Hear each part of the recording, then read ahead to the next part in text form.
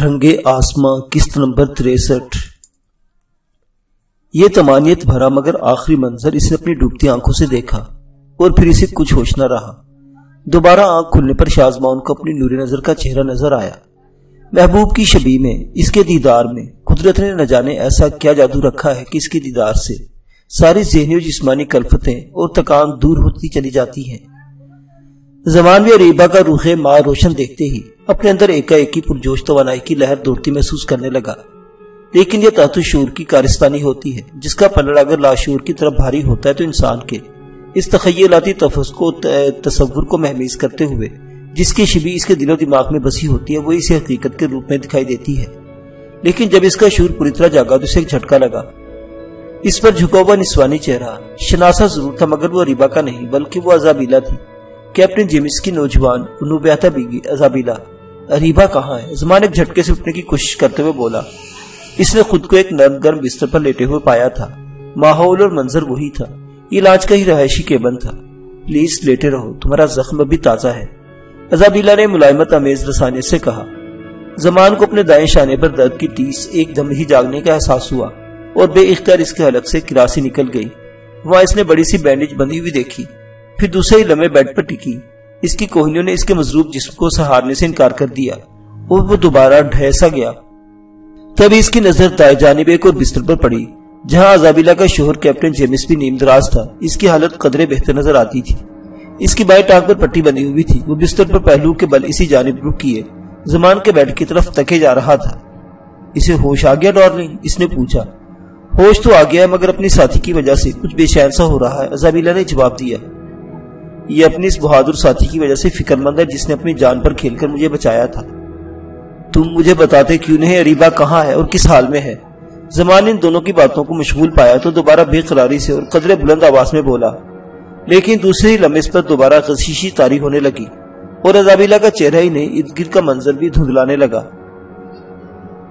وہ خون زیادہ بہ جانے کے سبب بے حد کمزوری محسوس کر رہا تھا، لہٰذا ایک بار پھر ہوش و حواس سے بیگانہ ہو چکا تھا۔ دوبارہ بھی ہوش ہو گیا بیچارہ، ازابیلا بولی، پھر اپنے شوہر کے قریب جا کر تفکر سے کہا، ہنی اس کی حالت زیادہ تشویشناک تو نہیں ہے؟ میرا خیال ہے کہ ایسا نہیں، جیمس نے جواب دیا۔ وہ کوہنی کے بل اب بستر پر ٹکے شازمان کے بیڈ کی جانب دیکھنے لگا۔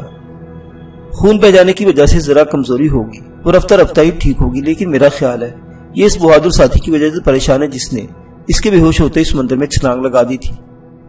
تمہیں کیا لگتا ہے جیمس یہ دونوں کس مشن پر؟ ازابیلا اپنا جملہ پورا نہ کر سکی، جیمس درمیان میں بولا۔ ہاں یہی وہ دونوں مرد اور عورت کمانڈو تھے جن کے بارے میں ہمیں اطلاع ملی تھی، لیکن یہ بدبخت آفیسر رینالڈ ان کا کچھ بھی نہ بگاڑ سکا اور ان کے ہاتھوں موت کے گھاٹ اتر گیا۔ اچھا ہی ہوا وہ مردود مارا گیا۔ ازابیلا نے بھی آفیسر رینالڈ کو کوسا، اس خبیث نے تو ہماری بھی پرواہ نہ کی اور ہمیں بھی موت کے منہ میں دھکیلنے کی کوشش کر رہا تھا۔ ہاں وہ اس طرح اپنی نااہلی اور غلطیوں پر پردہ ڈالنا چاہتا تھا۔ یہ کرنل اینڈرسن کا کچھ زیادہ ہی سر چڑھا تھا، اس لیے مجھے بھی اکثر خاطر میں نہیں لاتا تھا، کیپٹن جیمس نے نفرت سے ہونٹ سکیڑ کر کہا، اور پھر مزید بولا، دراصل میں تو اس مشن پر زبردستی بھیج دیا گیا۔ جب مجھے جنرل مائیکل شاہ کی طرف سے اس جزیرے سے ٹریزر آئی لینڈ میں بھیجا گیا تو مجھے نہیں معلوم تھا کہ اس جزیرے کی حقیقت کیا ہے۔ وہ تو جب مجھے کرنل اینڈرسن نے بریفنگ دی تو پتہ چلا کہ یہاں پورے ہندوستان کے خزانے کو چوری کر کے جمع کیے جانے کا اڈا بنایا گیا ہے تاکہ یہاں سے سارا خزانہ رفتہ رفتہ انگلستان منتقل کیا جائے۔ ہم ایسا کیوں کر رہے ہیں ہنی؟ ایک تو ہم ان پر ناجائز ظلم و ستم کے پہاڑ توڑ رکھے ہیں اور انہی کی زمین اس پر اس قدر تنگ کر دی گئی ہے کہ اب ان کے سارے خزانے بھی ڈاکہ مار رہے ہیں۔ کیا یہ ساری دنیا میں ہماری بدنامی اور آنے والے وقتوں میں ہمارے تشخص کو برباد کرنے کا سبب نہیں بنے گا؟ اپنی خوبصورت اور حسین نوبیاتا بیوی کو اپنے ہم خیال تاثرات پیش کرتے دیکھ کر کیپٹن جیمس مسکرائے بغیر نہ رہ سکا۔ اسے خوشی تھی کہ اس کی محبوب بیوی بھی اسی کی طرح اپنے ضمیر کا قیدی نہیں بننا چاہتی تھی۔ ہنی تم کسی طرح اپنی اس ڈیوٹی سے کوئی عذر پیش کر کے خود کو یہاں سے ہٹا کیوں نہیں لیتے جو ہمارے ضمیر پر ایک بوجھ بن کر رہ گئی ہے؟ ازابیلا نے ایک ذرا توقف کے بعد دوبارہ اپنے شوہر سے کہا۔ میں تو خود بھی یہی چاہتا ہوں ڈارلنگ، کیپٹن جیمس نے ایک گہری سانس لیتے ہوئے کہا۔ اب دیکھو نا، ڈیوٹی نبھاؤ تو ضمیر ملامت کرتا ہے، نہ نبھاؤ تو اپنے۔ اس کی بات پر ازابیلا پورٹ ہول تک گئی اور ذرا جھک کر باہر دور تک تاریک سمندر کا جائزہ لینے لگی۔ اپنے شوہر کی طرح اب بھی وہ شازمان اور اریبہ سے متاثر ہوئے بغیر نہ رہ سکی تھی جنہوں نے محض انسانیت کی خاطر اس کی جان بچائی مگر اپنے کاج سے پیچھے نہیں ہٹے تھے۔ اس ضروری ذمہ داری کو ان دونوں بہادروں نے اپنی جان پر کھیل کر پورا کرنے کی کوشش کی تھی، لیکن اسے اپنے اس محسن جوڑے کی فکر ستا رہی تھی اور شازمان سے زیادہ اسے اس کی ساتھی اریبہ کی طرف سے تشویش ہو رہی تھی، کیونکہ اس نے دیکھا تھا کہ آفیسر رینالڈو اپنی موٹر بوٹ پر موجود ساتھی کو کوئی شے پھینکتے اور کچھ چیخ کر کہتے پا کر اس نے بھی پانی میں چھلانگ لگا دی تھی۔ ان دونوں میاں بیوی کے خیال میں اریبہ نے جوش تلے ایک خطرناک غلطی کر ڈالی تھی۔ موٹر بوٹ اجازت نامہ لے کر اسی وقت سیاحت کی طرف روانہ ہو چکی تھی، اور اب اریبہ تیر کر بھلا وہاں تک کیسے پہنچ سکتی تھی؟ کیا دیکھ رہی ہو ڈارلنگ؟ اچانک اسے پیچھے سے جیمس نے ہولے سے پکارا۔ پتہ نہیں وہ بیچاری کہاں چلی گئی، ایزابیلا پلٹ کر دکھی لہجے میں بولی۔ کاش ہماری لانچ اس سارے ہنگاموں میں نہ خراب ہوتی تو میں اس بہادر خاتون کی ضرور مدد کرنے کی کوشش کرتا، مگر یہ کہتے ہوئے جیمس نے اپنا جملہ ادھورا چھوڑ دیا۔ کیا ہمارے پاس کوئی بوٹ بھی نہیں تھی؟ میرا مطلب ہے لائف بوٹ۔ کیا تم اس بہادر خاتون کی مدد کرنا چاہتی ہو؟ جیمس نے مسکرا کر کہا۔ نہیں، مجھے ایسے کاموں کا کوئی تجربہ نہیں۔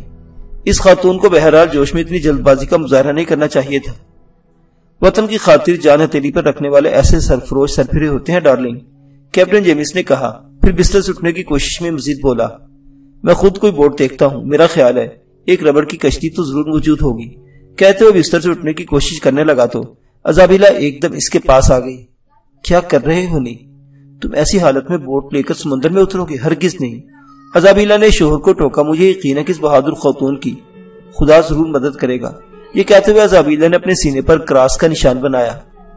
بے ہوش شازمان کو وہیں چھوڑ کر اریبہ کا دل تو نہیں چاہ رہا تھا جانے کا، لیکن اسے زمان کی یہ ہدایت ایک وعدے کی صورت میں اچھی طرح یاد تھی کہ اریبہ وعدہ کرو کہ ہم پر جب بھی کوئی ایسا وقت کڑی آزمائش بن کر سامنے آ جائے اور تمہیں کاز اور مجھ میں سے کسی ایک کا انتخاب کرنا پڑے تو تم میری بجائے اس مشن کو ہی ترجیح دو گی۔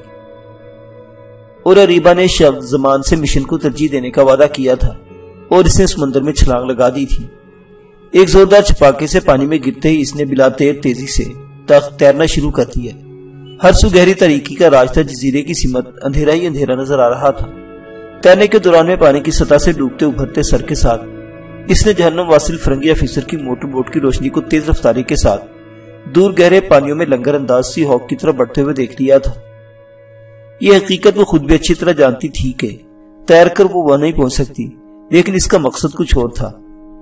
وہ در حقیقت اس چوبی پلیٹ فارم کی طرف بڑھ رہی تھی جو جزیرے کے ساحل سے سمندر میں کافی اندر تک خصوصی طور پر بنایا گیا تھا، اور وہیں وہ مذکورہ بار بردار لانچ لنگر انداز تھی جس میں ساحل سے اس لانچ تک خزانہ لاد کر دور گہرے پانیوں میں لنگر انداز جہاز پر منتقل کیا جاتا تھا۔ ٹریزر آئی لینڈ کا سارا نظام بشمول افراد اور عسکری قوت سب کچھ اریبہ اور شازمان نے اپنی جان جوخم میں ڈال کر نہایت بہادری، دلیری اور ہوشیاری سے تباہ و برباد کر کے رکھ دیا تھا۔ وہ ہاتھ پیر مارتے ہوئے بالآخر اس لانچ کے قریب جا پہنچی۔ وہاں خاموشی اور سناٹے کے سوا کچھ نہ تھا۔ اریبہ نہتی تھی وہ لانچ میں دمبالے کی طرف سے سوار ہوئی اور اندر داخل ہو گئی۔ وہاں سے اس نے کیبن کا رخ کیا۔ اسے پتا تھا کہ اس طرف ویل کیبن بھی ہو سکتا ہے۔ لانچ میں سیلن اور قائزدہ سی بو پھیلی ہوئی تھی۔ لانچ میں اسے وہاں کوئی بھی نظر نہیں آ رہا تھا۔ اچانک اس نے کسی کی باتیں کرنے کی آوازیں سنی۔ یہ ایک مستول کی دوسری جانب سے آتی محسوس ہو رہی تھی۔ وہ نہایت گربا قدمی کے ساتھ نیچے جھکتی ذرا قریب گئی اور ایک زینے کی ریلنگ کی آڑ میں دوسری جانب جھانک کر دیکھا تو ٹھٹک گئی۔ دو مسلح افراد وہاں عرشی کی ریلنگ سے ٹکے بیٹھے شراب پینے میں مگن تھے اور ایک دوسرے سے خوش گپیوں میں مصروف تھے۔ ان کے سامنے گنے پڑی تھی۔ اریبہ کو ان دونوں فرنگیوں کو یوں مست الست بیٹھا دیکھ کر حیرت ہوئی۔ تبھی اس نے ایک فرنگی کو دوسرے سے کہتے سنا، لگتا ہے اب اس تباہی کے بعد یہاں کی خشک زندگی سے جان چھوٹ جائے گی اور ہمیں واپس شہر بلا لیا جائے گا۔ کیوں جوزف، تمہارا کیا خیال ہے؟ مجھے نہیں لگتا، جوزف نامی اس کے دوسرے شرابی ساتھی نے نشے کی ترنگ میں جواب دیا۔ ایک افیسر کی ناکامی سے کیا ہو جاتا ہے؟ یہاں کا اصل نظام تو کرنل اینڈرسن کے ہاتھ میں ہے۔ اب لگتا ہے اسے ہی بھیجا جائے گا کیونکہ کیپٹن جیمس اور رینالڈ ناکام ہو گئے ہیں۔ بڑی لگتا ہے تم پر ابھی تک وہ اکتاہٹ طاری نہیں ہوئی جو مجھ پر ایک عرصے سے طاری ہے۔ پہلے والا بوتل سے گھونٹ پیتے ہوئے مست لہجے میں بولا، یہاں رکھا ہی کیا ہے؟ خشکی، جنگل، نمکین پانی اور یکسانیت سے بھرا بے رونق ماحول، جبکہ ادھر شہر میں کتنے مزے تھے، کلب، شراب اور شباب، مستیاں اور رونقیں۔ اریبہ سمجھ گئی کہ یہ دونوں بیزار بیٹھے تھے۔ اس نے ہلکا سا کھٹکا کیا، دونوں چونکے اور اپنی رائفلیں سنبھالے اس طرف بڑے جدھر اریبہ موجود تھی۔ وہ اب کھٹکا کر کے ایک طرف کونے میں جا چھپی تھی۔ پھر جیسے ایک شرابی فوجی اس کی پہنچ میں آیا، اس نے اس کی پشت پر تاک کر لات رسید کر دی۔ وہ لڑکھڑاتا ہوا ایک دیوار سے ٹکرا کر گرا اور کراہنے لگا، دوسرا چونک کر پلٹا ہی تاکہ اریبا نے خوخار شیرنی کے اس پر جست لگا دی۔ دونوں نیچے گرے مگر اریبا کا مقصد پورا ہو چکا تھا، اس نے اس کے ہاتھوں سے رائفل اچک لی تھی۔ یہ دونوں بہت شراب پیے ہوئے تھے، ورنہ اریبا کا تنے تنہا اس طرح پر قابو پانا مشکل ہی ہوتا۔ گن ہاتھ میں آتے اریبا نے اسے لاٹھی کی طرح گھما کر اس کی کنپٹی پر رسید کر دیا۔ ایک پٹاخہ سا چھوٹا اور چیخ بھی گونجی، وہ ٹھنڈا پڑ گیا۔ اس صورتحال پر پہلے والے کا نشہ ٹوٹا اور وہ عرشے کی ریلنگ کی جانب دوڑا۔ اریبا نے گن کا رخ اس کی جانب کیا، وہ ریلنگ پر چڑھ کر سمندر میں کودنا چاہتا تھا۔ کچھ سوچ کر اریبا نے اس پر گولی نہیں چلائی اور اس کے سمندر میں چھلانگ لگانے کا انتظار کرتی رہی، اور پھر دوسرے لمحے وہ پانی میں چھلانگ لگا چکا تھا۔ اریبا ہونٹ بھیچے اور گن دونوں ہاتھوں میں سنبھالے ویل کیبن کی طرف دوڑی۔ اندر داخل ہوئی تو اس کی آنکھوں میں خاص چمک ابھری۔ وہاں بھی ایک صحت مند سا انگریز قریب ایک بینک بیڈ پر دراز تھا اور اس کے قریب شراب کی خالی بوتل فرش پر لٹکی پڑی تھی۔ اس کے لباس سے اریبا کو اندازہ ہو چلا تھا کہ وہ ویل مین تھا۔ اریبا نے اس کے پہلو میں گن کا ٹوکا مار کر سے جگایا۔ اس نے ہڑبڑا کر آنکھیں کھولی اور اریبا کو گن تانے دیکھ کر وہ بھوت بن گیا۔ میرے پاس زیادہ وقت نہیں ہے، اریبا نے غرا کر اس سے کہا۔ لانچ سٹارٹ کرو اور مجھے سیاق تک پہنچاؤ جلدی۔ اس نے اریبا کے خطرناک تیور محسوس کر لیے تھے اور یوں موت کے خوف سے فوراً اس کے حکم کی تعمیل کر ڈالی۔ تھوڑی دیر بعد ہی لانچ گہرے پانیوں کی جانب بڑھتی چلی جا رہی تھی، جدھر سی ہاک لنگر انداز تھا۔ علی ریحان اس روز سارا دن آرام کرتا رہا تھا۔ بڑے عرصے بعد آج اسے گہری اور بے فکر سی نیند آئی تھی، اسی سبب وہ رات گئے تک سوتا رہا۔ اسے وقار الحسن نے ہی جگایا اور اندیا دیا کہ جنرل شمیر اور کرنل نہال خان اپنی میٹنگ ختم کرنے کے بعد اپنے مذکورہ خفیہ ٹھکانے سے واپس لوٹ آئے ہیں، تو جاباز بھی ان کے ساتھ ہیں۔ تم نے مجھے جگایا کیوں نہیں؟ علی ایک دم بولا۔ نہ جانے وہ میرے بارے میں کیا سوچ رہے ہوں گے۔ وقار اس کی بات پر ملائمت آمیزی سے مسکرایا، بولا بے فکر رہو، وہ کچھ نہیں سمجھ رہے۔ جو تم نے بتایا تھا وہ میں نے ان کی تفصیلاً گوش گزار کر چکا ہوں۔ وہ یہاں آئے، وہ تمہیں سوتا دیکھ کر دونوں نے تمہیں فخر سے سلوٹ کیا تھا۔ طنز کر رہے ہو مجھ پر؟ علی نے اسے مصنوعی خفگی سے گھورا۔ ارے نہیں برادر، سچ کہہ رہا ہوں۔ وقار سنجیدہ سے مسکراہٹ سے بولا، کیا میں غلط کہہ رہا ہوں؟ اتنا بڑا مارکا کامیابی سے ہمکنار کرنے کے بعد تھکا ہارا آدمی اپنے ٹھکانے پر ہی تو آرام و سکون کی نیند لیتا ہے۔ اچھا چلو اب زیادہ باتیں نہ خود بناؤ۔ علی بھی دوستانہ مسکراہٹ سے کہتے ہوئے اٹھ کر کھڑا ہوا۔ سردی بڑھنے لگی ہے، وہ دونوں بازو لپیٹتے ہوئے بولا، اسی لیے تو کہہ رہا ہوں آپ ساتھ والے کمرے میں تشریف لے جائیں، میں تب تک آپ سب کے لیے گرما گرم قہوہ لاتا ہوں۔ وقار نے کہا تو علی سر ہلاتا ہوا دروازے کی طرف بڑھ گیا۔ دوسرا کمرہ نسبتاً کشادہ تھا، اگرچہ فرنیچر کے نام کی یہاں کوئی بھی شے نظر نہیں آتی تھی، لیکن کمرہ صاف ستھرا اور چھوٹی موٹی اشیاء ضرورت سے مزین تھا۔ ایک طرف دیوار کے ساتھ بستر بند لپٹے پڑے تھے، کچھ کھانے پینے کی اشیاء بھی رکھی ہوئی تھی۔ کمرے میں اس وقت 4 افراد بیٹھے تھے، ان میں ایک چوڑے شانوں مگر چھریری قامت کا باروب شخص تھا۔ اس کی عمر 50 سے متجاوز ہی نظر آتی تھی، رنگت گندمی تھی، چہرہ بھی دبلا مگر عزم و ہمت کا نمونہ نظر آتا تھا۔ اس کی آنکھوں سے بھی جاہو جلال سے ٹپک رہا تھا، چہرے پر داڑھی تھی جس کا رنگ ہلکا براؤن تھا۔ اس نے اپنے چوڑے شانوں پر گرم شال اوڑھ رکھی تھی۔ یہ حریت پسند باغی گروپ کا سپاہ سالار جنرل شمیل خان تھا۔ علی ریحان اسی گروپ کا کمانڈر تھا۔ ان میں دوسرا شخص پہلے کے مقابلے میں قدرے بھاری بھرکم اور اس کا ہم عمری نظر آتا تھا۔ اس کی مونچھیں گھنی تھی اور بھویں بھی گہری تھی، ان میں سفید بالوں کی جھلک نظر آتی تھی۔ اس کی آنکھوں میں عقاب جیسی چمک ہلکورے لے رہی تھی، رنگ اس کا بھی صاف تھا اور چہرہ باروب۔ بلا شبہ وہ اپنی باوقار شخصیت میں پہلے والے فرد سے کم نظر نہیں آتا تھا۔ یہ کرنل نہال خان تھا، حریت گروپ کا سربراہ۔ جیسا کہ مذکور ہوا اس وقت فرنگی سامراجیوں کے خلاف یہی 2 گروپ بھرپور مگر خفیہ طریقے سے فعال تھے۔ باقی 2 جو ان کے ساتھی تھے یہ نوجوان علی کی عمر کے ہی تھے۔ ان کا اسلحہ قریبی دری پر دھرا پڑا تھا۔ علی ریحان نہایت احترام کے ساتھ مسکراتا ہوا سلام کرتا ہوا کمرے میں داخل ہوا۔ سب نے اس بہادر نوجوان کا گرم جوشی سے استقبال کیا اور چند رسمی کلمات کے تبادلے کے بعد علی ریحان اپنی اور اپنے ساتھیوں کے اب تک کی مہمات کے بارے میں دھیرے دھیرے اور نہایت صراحت کے ساتھ انہیں آگاہ کرتا رہا۔ پھر اس کی داستان سرفروشی سننے کے بعد سب نے کھلے دل کے ساتھ پرتپاک انداز میں سے خراج تحسین پیش کیا۔ ہماری دعا ہے کہ اللہ تعالیٰ شازمان اور ہماری نئی ساتھی اریبا بہن کو بھی ان کے نیک مقصد میں کامیاب کرے، جنرل شمیر خان نے دعائیہ لہجے میں کہا۔ اس میں کوئی شک نہیں کہ ان دونوں کا مشن خطرناک بھی ہے اور اس سے زیادہ اہم بھی، بلا شبہ، کرنل نہال خان نے بھی کہا۔ ان غاصب فرنگیوں نے ہماری دھرتی پر دھوکے سے قبضہ جمایا ہی تھا، ظلم و ستم کا بھی یہاں بازار کرم رکھا، اور اب یہ رذیل گورے ہمارے ہی دیش کا خزانہ لوٹ کر اپنے ملک انگلستان لے کر جا رہے ہیں۔ ہماری دھرتی کو ان فرنگی سامراجوں نے لوٹ مار کا مال سمجھ رکھا ہے۔ کرنل نہال خان کا چہرہ جوش غیر سے سرخ ہوا جا رہا تھا۔ اس خبر پر وہاں موجود سب کی یہی دلی کیفیت تھی۔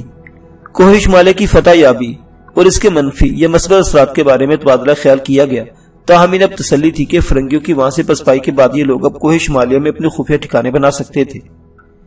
دراصل یہ مجاہدین اب نئے سرے سے اپنی منتشر طاقتوں کو یکجا کر کے فرنگی سامراجیوں کے خلاف متحد ہونے کا موقع ڈھونڈ رہے تھے، اور اس کے لیے کوہ شمالیہ سے بہترین جگہ اور کوئی نہیں ہو سکتی تھی۔ بقول جنرل شمیر خان کے اب وہاں کی تینوں ریاستوں کو ان کی حمایت بھی حاصل ہونے لگی تھی۔ وہاں کے راجے مہاراجے اور نواب وقت کی ضرورت اور انگریز سامراجیوں کی مکارانہ اور غاصبانہ چال کو سمجھ چکے تھے۔ اب انہیں خود بھی ایسے حریت پسند گوریلوں کی ضرورت کا احساس ہو چلا تھا۔ نوجوان علی تھوڑی خاموشی اور مختلف عسکری امور اور حکمت عملی پر تبادلہ خیال کرنے کے بعد جنرل شمیر نے علی ریحان کو مخاطب کرتے ہوئے کہا، اگرچہ ہمیں ابھی ایک نئی مہم اور درپیش تھی، اور تمہاری کوہ شمالیہ والی مہم سے کامیاب واپسی کے بعد ہمارا ارادہ تمہیں ایک نیا مشن سونپنے کا تھا، لیکن ٹریزر آئی لینڈ والے حساس اور نازک معاملے میں صرف 2 مجاہدین کا جانا میرے خیال ہے ناکافی ہوگا۔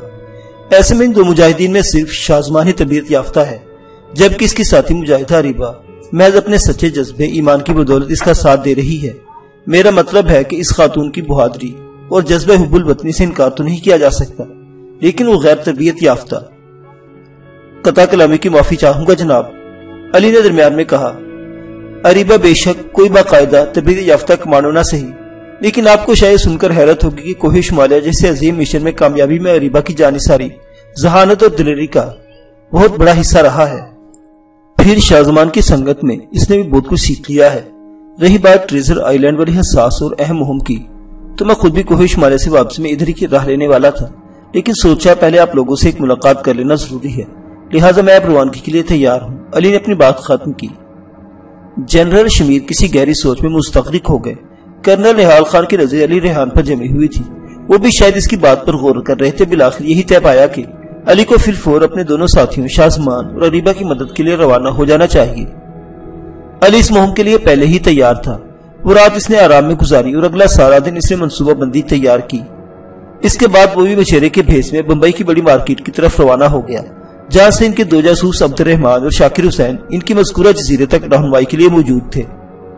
یہ دونوں وہی جاسوس تھے جو اس سے پہلے شازمان اور اریبہ کو بھی اس سلسلے میں مدد کر چکے تھے۔